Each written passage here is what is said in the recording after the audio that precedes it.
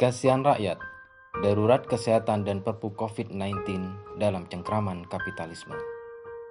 Telah nampak kerusakan di darat dan di lautan disebabkan karena perbuatan tangan manusia, supaya Allah merasakan kepada mereka sebagian dari perbuatan mereka agar mereka kembali ke jalan yang benar. Di saat jumlah pasien positif dan meninggal COVID-19 bertambah, di tengah harapan dan penderitaan rakyat yang tak henti, akhirnya pemerintah menetapkan status kedaruratan kesehatan masyarakat berpegang kepada status pembatasan sosial berskala besar. Apakah ini langkah yang tepat? Berdasarkan Undang-Undang Nomor 6 Tahun 2018 tentang kekarantinaan kesehatan, PSBB merupakan respon dari status kedaruratan kesehatan masyarakat.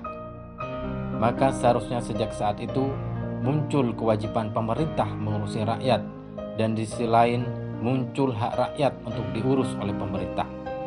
Kebutuhan hidup dasar orang dan makanan hewan ternak menjadi tanggung jawab pemerintah pusat selama masa karantina.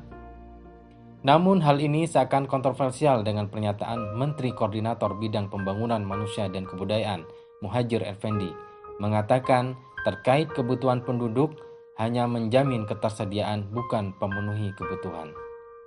Physical distancing pun berjalan, namun rakyat tak mendapat jaminan pemenuhan kebutuhan hidup dasar. Di satu sisi, TKA Cina asal virus corona malah berduyun-duyun dibiarkan masuk Indonesia. Faktanya, berdasar Badan Pusat Statistik mencatat ada 1,27 juta kunjungan turis asing ke Indonesia periode Januari 2020. Tercatat kunjungan turis asal Cina masih mengalami kenaikan sebesar 1,46% dibanding periode yang sama tahun 2018 dan 2019. Sungguh dilema rakyat pun semakin bertambah. Di saat berharap turun Perpu penolong rakyat Indonesia, pemerintah justru mengeluarkan Perpu nomor 1 tahun 2020 tentang kebijakan keuangan negara dan stabilitas sistem keuangan. Pemerintah menyiapkan anggaran penanganan wabah COVID-19 mencapai 405,1 triliun. Insentif bidang kesehatan sebesar 75 triliun dan insentif perlindungan sosial sebesar 110 triliun. Sedang insentif pajak sebesar 70,1 triliun dan insentif pembiayaan pemulihan ekonomi sebesar 150 triliun rupiah. Data di atas menyebutkan hanya sejumlah 45,7% saja yang masuk dalam insentif bidang kesehatan dan perlindungan sosial. Selebihnya 54,3% tergerus untuk insentif bagi para pengusaha, perbankan, dan perpajakan.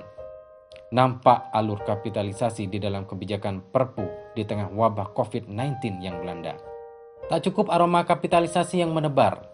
Dalam bab perlindungan hukum disebutkan pengambil kebijakan tidak bisa dituntut oleh hukum pidana dan perdata, seakan membuat protek kebal hukum oleh pelaksananya. Jika kelak dalam hal penyaluran dana menimbulkan bencana keuangan, maka pejabat pembuat kebijakan tidak bisa diseret ke meja pengadilan. Padahal rakyat berhak meminta pertanggungjawaban terhadap pemerintah. Saatnya menata kembali negeri dan bangsa ini dengan tatanan kehidupan yang berasal dari Maha Sempurna Allah Subhanahu wa Ta'ala, dengan menerapkan kembali sistem Islam dan seluruh aspek kehidupan. Tidak ada yang lebih baik lagi selain menerapkan Islam sebagai sistem dan ideologi umat manusia. Itulah kunci utama agar negeri dan bangsa ini memperoleh kebaikan dan kesejahteraan hidup di dunia dan akhirat kelak.